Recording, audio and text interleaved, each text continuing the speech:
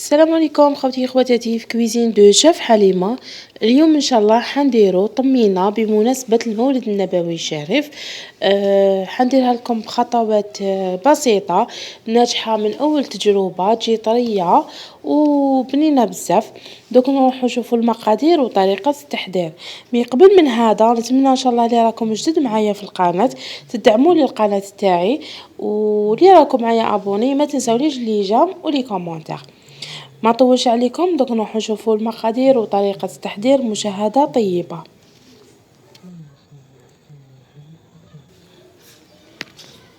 هذه هي المقادير كيما راكم تشوفوا، وكيما قلت لكم ما عندناش مقادير بزاف.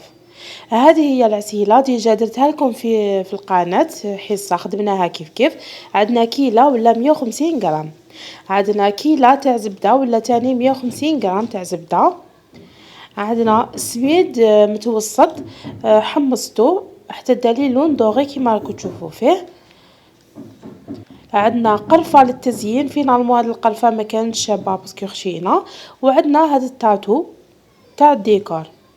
دوك نروحو نشوفو طريقه التحضير. هنايا في المرحله الاولى في طريقه التحضير جبت مقله اللي تكون ثقيله، حطيت فيها السميد اللي يكون متوسط كيما اللي درنا به رفيس تونسي في الحصه السابقه. قلنا حطيناها على نار هاديه كاع واش كاين، ونقعدو نحمصو فيها ما تغفلوش عليها، لازم حتى الحبه تاع السميد كامل طيب، يعني ما نقولوش النار تمتم ينحرق من تحت وفي الوسط يقعد ابيض، لازم الحبه تاع السميد قلنا كامل طيب باش تجي بنينه هاكا كيما قلنا. ما نغفلوش عليها، نقعدو نحركو فيها كامل حتى تتحمص مليح وتدي لون شباب. هنايا في هاد في الكيفيه تاع الطمينه قلنا نقدروا نديروا التجهيز المسبق، يعني نحمص سميد على لافونس ونخبيها نورمال ما يصرى لها والو، العكس تاع الرفيس كيما درنا في الحصه السابقه. هذه هي حتى يعطينا لون كيما راكم تشوفوا فيه. ونروحوا للمرحله الثانيه. هنا في المرحله الثانيه في طريقه التحضير جبت كسرونه حطيت فيها كيلة تاع العسيله اللي قلنا عليها 150 غرام، هاكا نحطوها على النار حتى تسخن ونعاودو نرجعو. هاي ليك بعد ما سخنت نحيتها من النار وضفت عليها الزبده، قلنا 150 ولا كيلة كيف هاي ليك نضيفها كامل عليها، ودوك نعاود نحطها فوق النار تذوب نص ذوبان ونعاودو نرجعو تاني هاكا تذوب قلنا نص ذوبان. دوك نحطها في النار ونعاودو نرجعو. هاي ليك بعد ما ذابت نص ذوبان نحيها ونميكسيها مليح بالبغا ميكسور بهذه الطريقه هكذا نميكسيوها. دوك الهدف من هذه الطريقه هنا كي تميكسيها بالبغا ميكسور العسيله مع الزبده يندمجوا صافي كي نحسيد عليها تاع الطمينه، يعني ماشي العسيله تتشرب السميد والزبده تطلع للفوق، حاب يقول يتشربوها مع بعضها. هنا عندي عصير صغيره نحب نزيد لها في راس المغرف تاع القرفه تعطيها بنه بزاف شابه، وهذه تقعد اختياري اللي يحب يزيدها واللي يحب يزيدها، ونكمل ميكسيها كامل حتى يندمجوا ويرجعوا بهذا الشكل كيما راكم تشوفوا. ما نفاصلتش الزبده على العسيله. هنا نقعدوا نزيدوا لها في السميد اللي كنا حمصناه، بصح لازم يكون فريمون بارد. انا كيما هنا حمصته ليله من قبل وخليته برد، غدوه من داك راني نزيد كيما راكم تشوفوا. نقعدوا نزيدوا بشويه، كاين اللي يحب يديرها شاده روحها وكاين اللي يحب يديرها طريه بزاف. دوك هنا تالي تولي لكم نتوما واش تحبوا. هاكا قلنا دائما نقعدوا غير بشويه بشويه حتى تعطينا القوام اللي رانا نحوسوا عليه.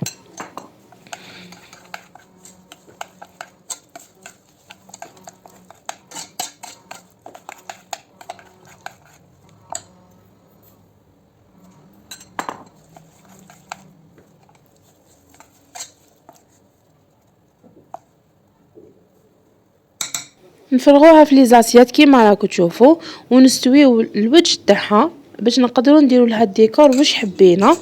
انا هنا درت لكم ديكور في السامبل، مام تاني درت التاتو ما فينالمون ما خرجليش شباب. دوك تشوفوه القرفه اللي كانت عندي عيانه كانت فريمون خشينه ما خرجتليش في لي تخو هادوما كيما راك تشوفوا فيهم، ها معاهم رقاق والقرفه خشينه ما خرجتليش.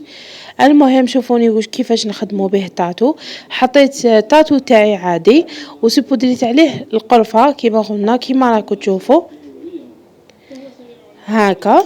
من بعد هي لو كان جات القرفه هذه البودره تاعها رقيقه، انا غير نرفد التاتو الكتيبه تقعد لي من تحتها نورمال. بصح انا هنا في القرفه تاعي تالمو راهي البودره تاعها خشينه ما حبش تخرج لي مع لي تخو. هاي شوفوا كيفاش خرجت، دوماج. هاي معليش دوك انا نسقمها غير بيدي عادي لي روتوش هادوك. هذه هي النتيجه. وحده كملت ديكوريتها غير بالجوز عادي ودرت لها القرفه والاخرى سقمتها ابي بخي برك. هذه هي النتيجه كما قلت لكم. تخرج لكم طمينه بزاف شابه بزاف بنينه. نتمنى ان شاء الله تجربوها وتنجحوا فيها. في الاخير ما بقى لي غير نقول لكم ما تنساوش تدعموني القناه تاعي. والسلام عليكم في الحصه القادمه ان شاء الله مع كويزين دو شيف حليمه. السلام عليكم.